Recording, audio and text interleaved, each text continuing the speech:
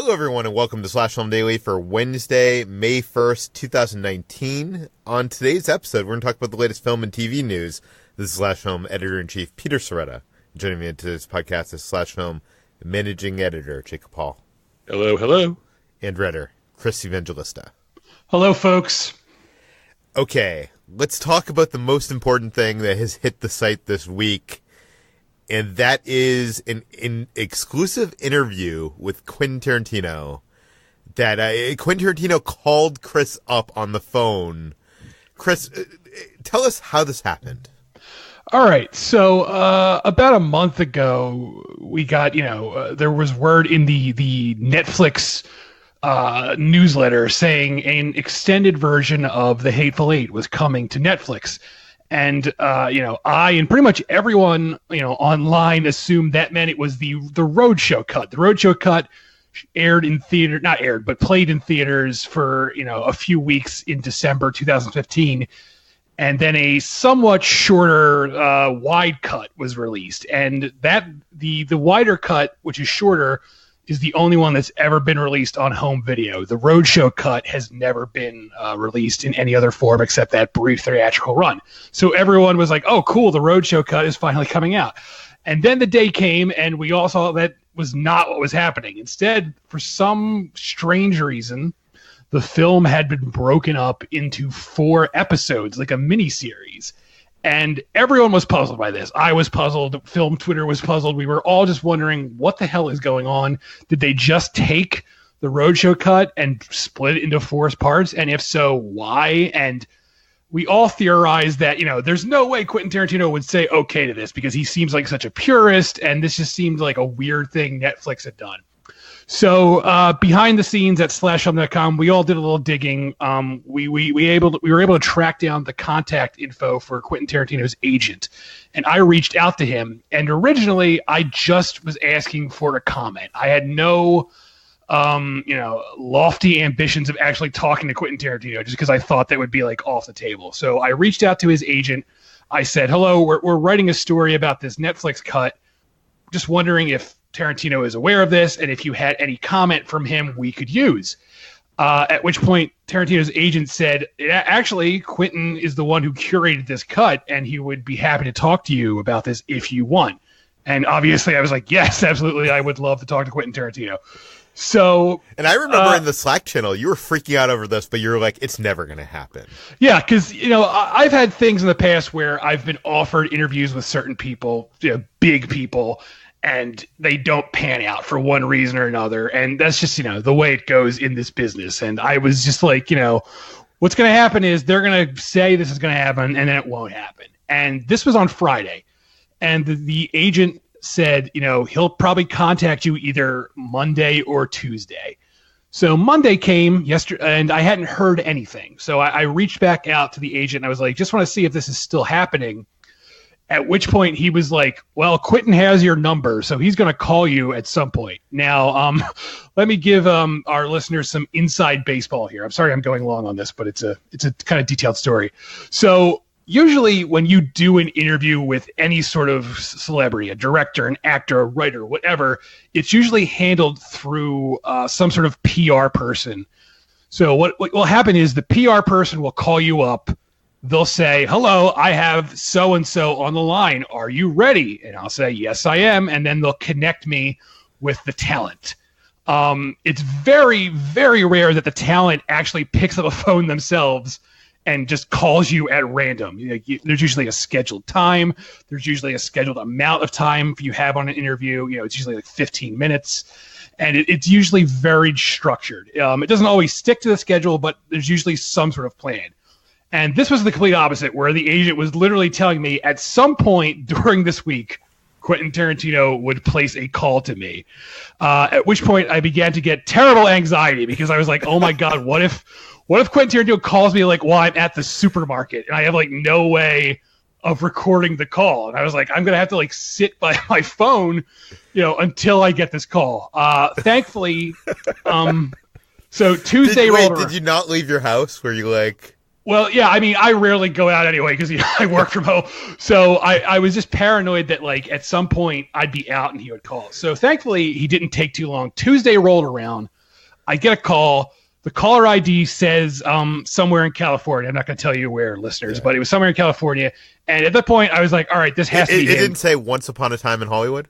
No, I was like, this has to be him because no one else from California would be calling me. So even though I knew it was going to be him, I picked up and I said, hello, this is Chris. And he said, hello, Chris, this is Quentin Tarantino.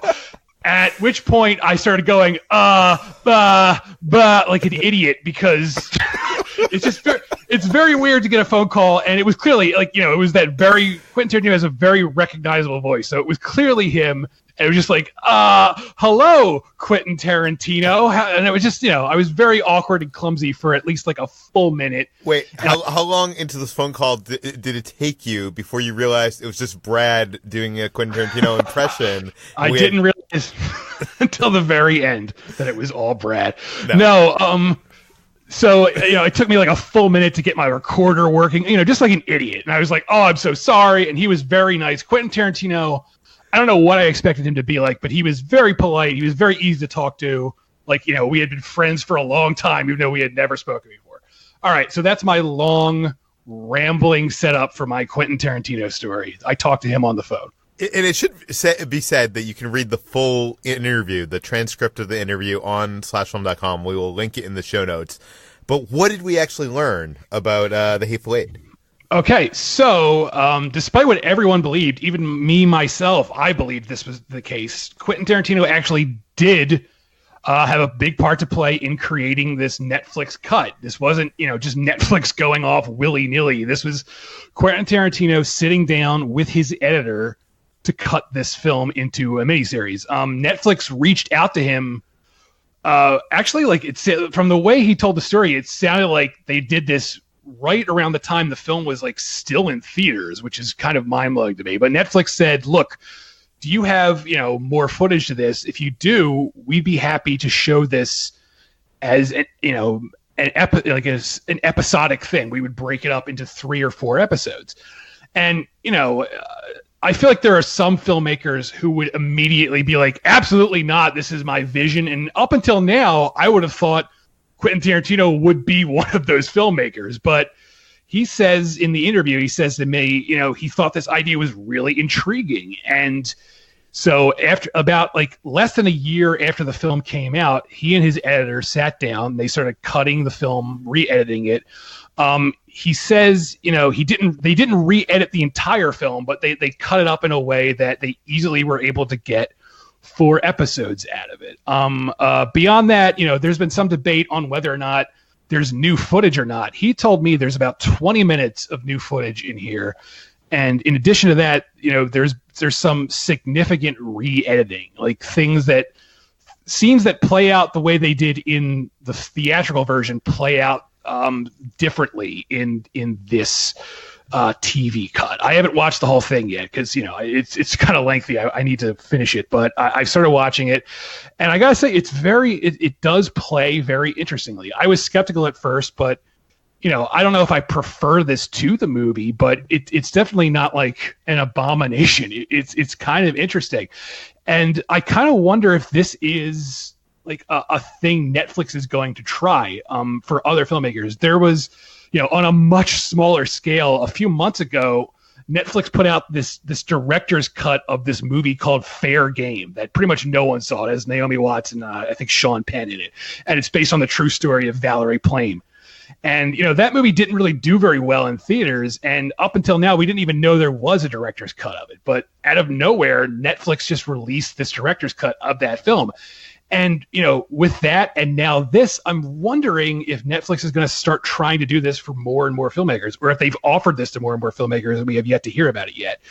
The curious thing about this whole thing for me is Netflix did a really poor job like advertising this. I've been getting a lot of feedback on the interview, on Twitter, and like the number one thing I keep hearing again and again is people saying like, I had no idea this even existed. Like, because Netflix did zero marketing, all they did was say, we're putting out an extended edition. And it didn't even say that like publicly. It was just like insider, to people like us who write about movies. They emailed us to tell us that. And you'd think like this should be a big thing. Like, hey, we're putting out a never before seen version of a Tarantino movie. That's significant news. And yet Netflix did almost no publicity, and I can't figure out why. And that's they'll have to explain that themselves. But now it's thankfully it's getting out there more. Sorry to butt in, Chris, but the crazy thing about this to me is that one of the number one comments I saw when I shared your story was,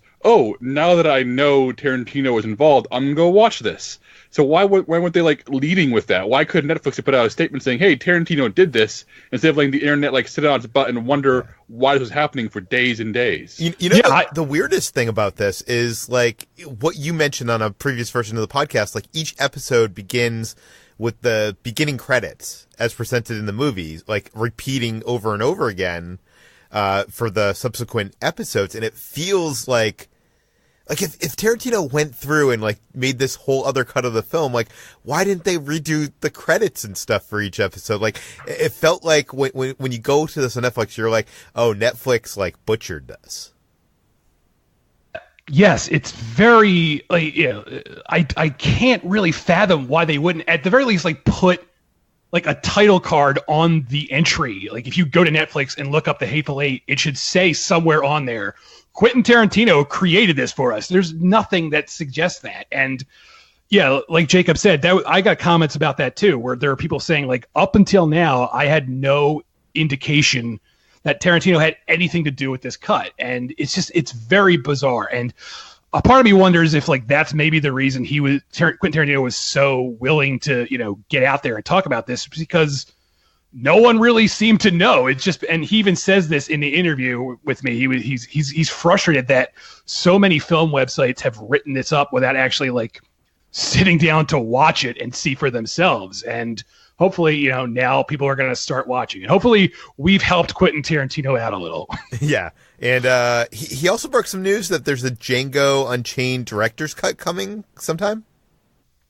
Yeah, Jacob was nice enough to write this up for me as I was transcribing the interview itself. But yeah, he told me during the interview, because I asked him, I said, would you consider doing this with your other films like Kill Bill, The Whole Bloody Affair? And he said, it's doubtful he's going to revisit that movie just because he feels like everything he needed for that movie is in it, because, he split up into two films and it has all the footage he thinks it actually needs. So it seems unlikely he's going to do that with Kill Bill.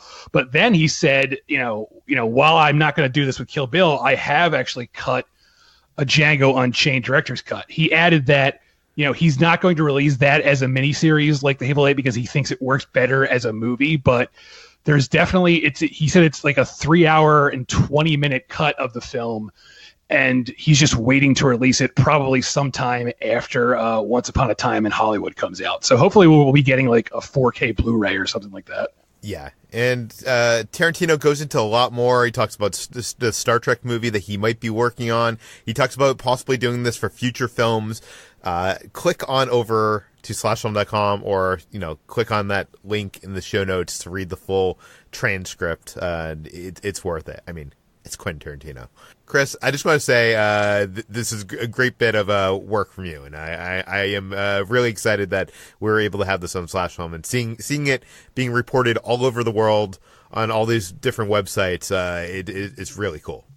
Thank you. I appreciate it. It's definitely been very it's been a surreal like 24 hours. Like I'm still not fully over the fact that he just called me up and said, "Hello, I'm Quentin Tarantino." I'm still like oh, how strange.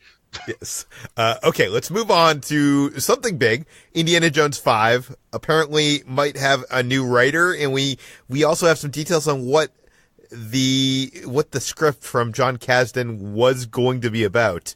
Jacob, what do we know? Well, what we know is that Making Star Wars, who also reports Lucasfilm news in general, reported that Indiana Jones 5 has found a new writer in Dan Fogelman, best known as the creator and showrunner on This Is Us. His screenplay work includes hit-and-miss movies like Cars, Fred Claus, Las Vegas, and Life Itself. And before we go any further, this is not confirmed. We've reached out to our own sources to try to double check this. But Making Star Wars has a very good track record. They if you want to avoid accurate Episode 9 rumors, you should stay away from Making Star Wars right now because they're fairly accurate. Yeah. But they're basically ruining the whole movie for you, so don't go there. Yeah. But this means this news has a very strong chance of being true because their sources and their information do tend to be accurate. So what we don't know is that what Fogelman's script is about because he's apparently starting from scratch, new MacGuffin, new story, new adventure. But what we do know is that Kasdan's script was very different. It was about stolen Nazi gold based on an actual story of a train full of stolen artifacts by Nazis during World War II being hidden in a series of mines in Europe, and Indiana Jones is going to go after this hidden Nazi gold, which would be a fun way to bring back the Nazis as villains because, decades after the fact, Harrison Ford can be older and still face his most iconic enemy, and it would make sense because, as we've seen throughout pop culture and the history book, the Nazis stole a lot of famous stuff, and the Allies had to scatter about to find it. So there actually is a nice little smidge of history there, which is always fun for Indiana Jones. There's always a smidge of actual mythology or actual history. But like I said, we do not know what's going to actually come out of this because Fogelman's apparently starting from scratch. So I'm looking forward to the big twist about how Indiana Jones had cancer the whole time and he spent the whole episode dying because that's what happens on This Is Us every other week. Peter, how do you feel about this? By the way, it should be mentioned in the past when they have started from scratch on these Indiana Jones films like Crystal Skull, they've kind of kept that MacGuffin.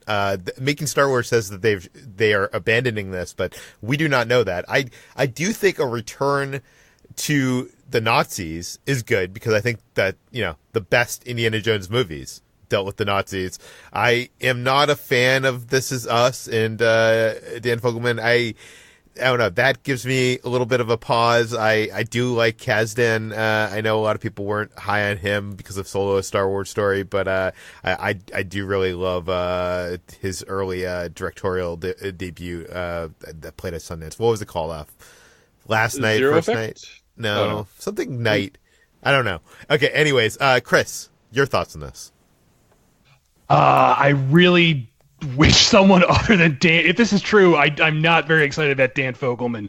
Dan Fogelman seems to me like someone who definitely fails upward. I know This Is Us is a hit, but almost all of his. By the way, it's a huge hit. Like not even like a little bit of a hit. Like it's a I know it's like a cultural phenomenon, but like almost all of his other movies, even the recent Life itself, were notorious flops that were just torn apart by critics. And the fact that apparently doesn't affect his career at all. And they're like, here, please come write Indiana Jones is very troubling to me because I know there are better writers out there. But as always, I will wait to see how this pans out. I will, there's no way I'm not going to see a new Indiana Jones movie from Steven Spielberg. Like that would never, ever happen. So I will definitely see it, but I'm not very ecstatic about the news.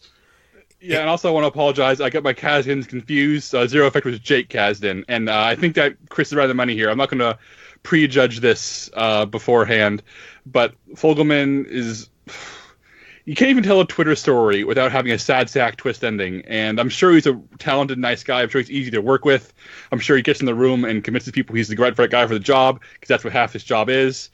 But nothing he has written has me convinced he's right for this, and I'm prepared to be convinced. But I also live in a household where my wife watched the first season of This Is Us religiously and swore it off after season 2, like burned her so hard. So I'm from a anti This Is Us household now, so I can't say I'm very excited about Fogelman. I can't even stand up for him from a proxy point of view. And by the way, that Kasdan film that I was talking about is not anything having to do with Night. It's called The First Time. So there you go. 2017. It takes place over the course of one night. So I don't know. I'm not sure how I got confused there. But let's move on to Marvel. Let's talk about Disney Plus. Not Disney Plus, but Hulu. Marvel is doing a Ghost Rider TV series. It's coming to Hulu. Chris, what do we know? Yeah, so while the days of Netflix's Marvel shows seem to be at an end, now that Disney owns a significant stake in Hulu, it looks like Hulu is going to start getting in on this action here, and they're planning two different Marvel shows. One is Ghost Rider, which is going to be the more well known of these two projects, and it's going to feature Robbie Reyes, who is a character who's already been featured in one show before, played by Gabriel Luna.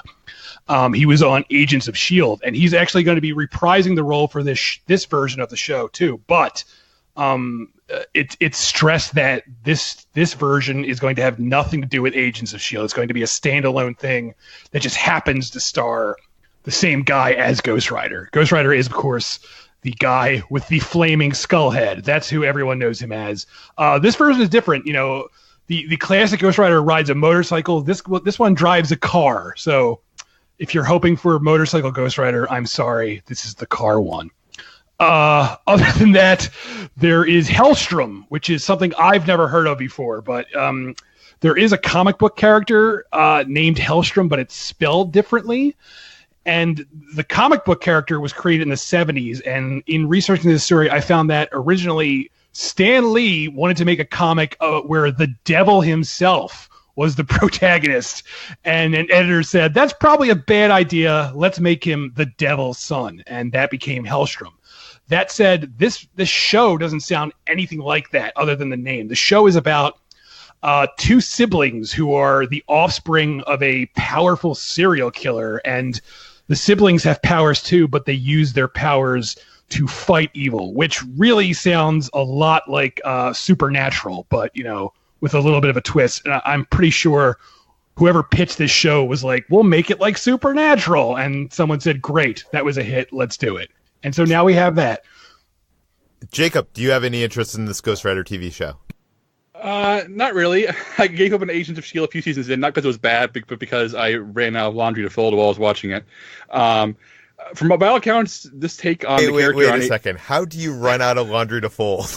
That was a joke. It was my laundry folding show, and then I just fell off when it sort of returned when I didn't have laundry to do that week. I thought you were going to tell me that you were rolling in the big bucks and you just wear everything once and then throw it away. And I was like, that's wasteful, Jacob. Wasteful. My clothes burst into flames because I'm Ghost Rider, and it just cleans them for me. But in all seriousness, I've read a little bit of the comics with the Robbie Reyes Ghost Rider, and goodness, there have been so many Ghost Riders in the Marvel Comics universe now that's he's like maybe the fifth or sixth one at this point. I mean, in their Ghost Riders throughout history, no matter what they're driving, it turns into a ghost mobile that's on fire. So it's him driving a car is just the latest in a flaming vehicle during my Ghost Rider. I'm not so sure if I'll get around to watching this. I never even watched Runaways, which is based on a comic I actually love. But we'll see. But I will leave this here. I want to hear the responses from Chris and Peter to this, because why bring Robbie Reyes his own TV show on Hulu when the current Ghost Rider in the comics is Frank Castle the Punisher, who is also a Guardian of the Galaxy? Well, we already know the answer to that, Jacob. They don't have the rights to Frank Castle at this time. That sounds much cooler, though. Yeah, I'd rather watch that. I want Space Punisher, Ghost Rider, Guardian of the Galaxy, flying through space, shooting aliens. I don't need Robbie Reyes. Sorry, I'm spoiled by what's on the page right now. How does the Ghost Rider thing work? Is it anything you ride? Like, say there was a guy riding a dinosaur. Would the dinosaur have flames coming out of it, or like a horse? Yes. Really? Yes. If you go back and watch the very bad Ghost Rider film from the very first one from the that's right. There's Sam Elliott or something. Sam Elliott is an early Ghost Rider who's just an old ghost person, and he rides a flaming horse at one point. And it's the only good part of the entire movie. What if you were riding a dog? Would the dog turn into a skeleton? I want to see this. Yeah, I think the only hard fast rule of Ghost Rider is that whatever you're riding turns into your vehicle. That's a skeleton on fire. What about an amusement park ride? You go to Disney and you get on the teacups, with the teacups burst into flames? Someone answer this for me. This is very important. It's a very important conversation, and this is what I want. I want Ghost Rider to go around just riding things to see what does and does not turn into a flaming hellmobile. Yeah, that'd be great. I'd watch that. Maybe we'll get a what if episode on that. I don't know. Ghost Rider for me was always kind of like Venom, one of those characters that looked really cool and you bought because the cover of the comic just looked badass, but the stories weren't ever really that great. Am I wrong there, Jacob? I'm not a big Ghost Rider fan. You're right. He looks super cool, but I've never read a Ghost Rider run that I fell in love with. I think he's been fun in supporting roles when he pops up here and there to lend support in various groups and team-ups. But yeah, he has an amazing look, and there's never been like a comic run where I said, yep, this is the definitive take. And I've read a lot of comics with a lot of characters where I said, oh, they finally thought something interesting to do with so-and-so. But never for Ghost Rider, at least not for me. Okay. Let's move on. Let's talk about Samsung. They are introducing a new TV. This is the future of television, guys. It's a vertical screen. So it's basically emulating what we are doing on Instagram, with our phones and taking video. Chris, what do we know? This is bad. We know that. It's called the Zero, and it like you said, it flips onto its side. It can be used both ways. It can be used like a traditional TV, and it can also be used in what you would consider portrait mode. And the whole idea for this is it connects to your phone, so you can watch, your Snapchat videos or your Instagram stories videos in the ratio you shoot them in. And the Samsung press release specifically says they're targeting this at those darn millennials, which I guess makes sense. It'll run you about $1,600 if you buy it from Korea. There's no word if it's actually going to be sold in America, but it will be sold in Korea at the end of this month. So if you really want this, maybe you can import it from Korea for $1,600 plus shipping, probably. The only cool thing about this, and I wouldn't even say it's cool, but I do like how you can flip it. Do you know what I mean? Like, so it's not just a vertical television, it's also horizontal. It's just depending on how you want to view the content. So if I'm like watching some content on, I guess, YouTube on my TV and it's shot with a phone vertically because nobody does that, but if they did, then I could watch it vertically? Yes, if you wanted to. I mean, you could. I'm assuming you could watch anything you want vertically, and doesn't matter what ratio it's shot in. You could just ruin the experience for yourself for a lot of money. Chris, how do you feel about a TV that you can break off the edges to watch, movie trailers that have been recut to fit Instagram posts? How do you feel about that, Chris? That is a good idea, especially the breaking off part. Yeah. I want to snap them in my hand really loudly. Yeah. And then you have to buy a new TV every time. Does anybody think that vertical video is has any future? Like, are the millennials that into? I want to say no, but I have a really bad feeling the answer is yes. So I'm gonna hope not, but I wouldn't be surprised if it happened. Part of me wants to see a movie that's actually shot vertically to see what you could do with that new constraints of the frame and how you could play around with that. But I don't know where you could even show that. Do you know what I mean? If you go to Sundance to premiere that, it's not like they're going to build a special vertical screen for you to so you're going to have these huge black bars on either side and it's going to be horrible. Right. I'm sure that'll happen at some point, some experimental film, if it even hasn't happened already. Well, I'm sure we'll see that at some point. I think they've done some TV shows on some Snapchat stuff that's been vertical, but I don't think there's been a film yet, or a feature film, or not. Peter, the day we cover a feature film shot in Snapchat style is the day I walk off a bridge. Okay, let's move on to Game of Thrones. Jacob, a lot of people were upset over this podcast that we recorded and your review of this week's Game of Thrones. It was notably, across the internet, people were complaining about this episode being too dark, too confusing. You couldn't tell who was who. I mean, I watched a half an hour of the episode and I couldn't tell what dragon was what. I really was confused. The cinematographer of the episode has come out and is defending the lighting choices of this episode. Jacob, what do we know? Yeah, I wrote this up. I just want to say that before I dive into this, as much as I did not like this episode, this was clearly a creative choice. It was clearly a choice made by a director, a cinematographer, and showrunners to try to depict a battle taking place in terrifying darkness. And I don't think it worked. And Ben was mixed on it, and a lot of people don't think it worked. But a lot of people really appreciated what it was going for, or just flat out appreciated it. And I've heard that from a lot of people who were mean about it, a lot of people who were nice about it. But I guess my point is that when Fabian Wagner, the VP on this episode defends his work, like my response is good for you. I did not like these choices, but I don't want you to crumple over and apologize for 55 days of night shoots that you bust your butt to make happen.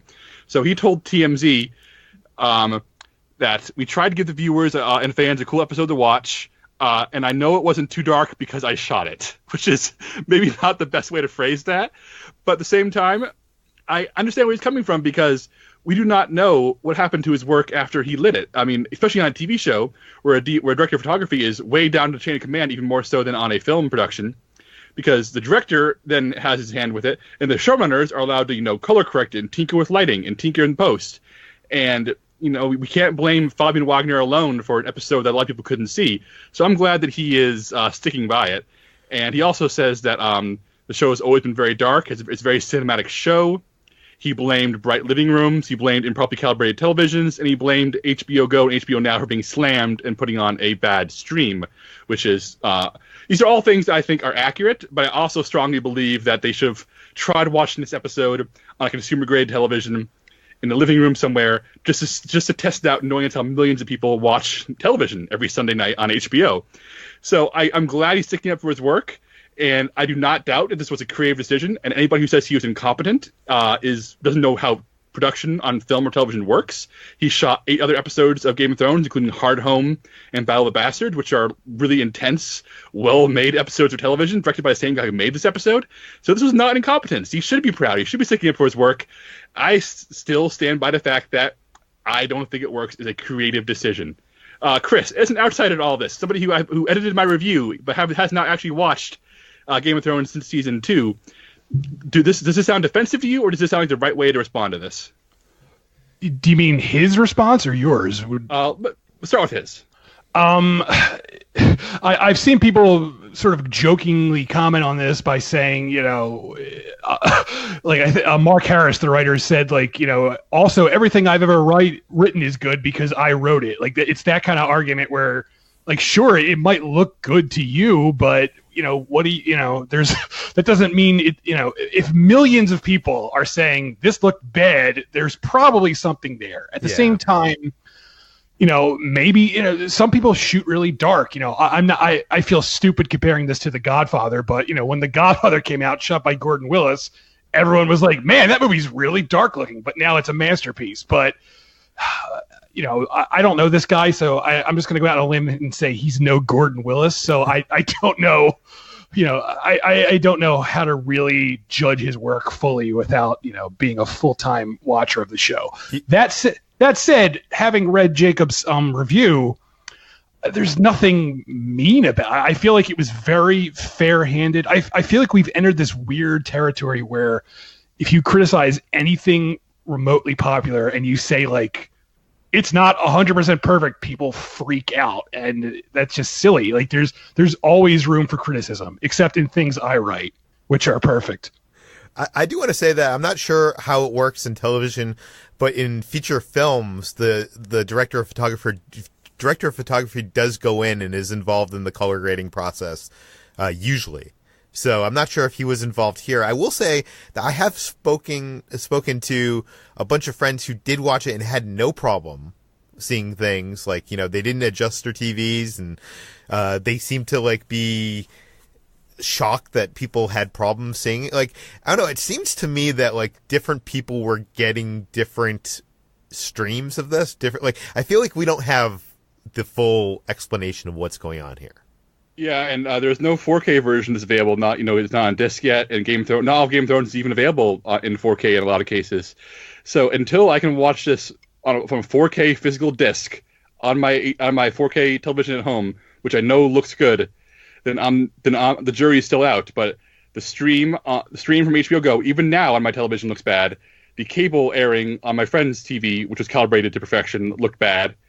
And that's 2 televisions, 2 different ways of watching it. And I'm just wondering if it just boils down to some people are okay with a battle that's intentionally chaotic and intentionally meant to be, hard to follow, and some people who wanted an episode that let us see the characters we've been following for 8 seasons actually get involved in the action, as opposed to the silhouettes and their quick cuts of close-ups with their wrists. Yeah, we'll have to find out when they actually eventually release a 4K version. I have heard that if you subscribe to HBO through the Amazon channels, that the compression through that version of HBO is less than HBO's own apps. I'm not sure if that's 100% true, but people I trust have told me that. So I don't know. I'm not sure how do you watch your HBO just on TV, right? Yeah, for Game of Thrones, I always watch the cable broadcasts so we can avoid, the Game of Thrones always looks bad in the first half hour on HBO Go because some people are watching and always gets you always see artifacting and it always comes in out of focus. So Game of Thrones is always cable for me, even if it's not quite as slick looking as other broadcasts. It is guaranteed not to screw up. But most HBO I watch on HBO Go and HBO Now, it looks totally fine. So this is definitely stands out in a big way. Yeah. Okay, that brings us to the end of today's Slash Film Daily. You can find more of all of our work at slashfilm.com. Please head on over to the site and read Chris's fantastic interview with Quentin Tarantino. You can find this podcast, Slash Film Daily, published every weekday on iTunes, Google, Overcast, Spotify, all the popular podcast apps. Please send us your feedback, questions, comments, concerns to us at peter@slashfilm.com.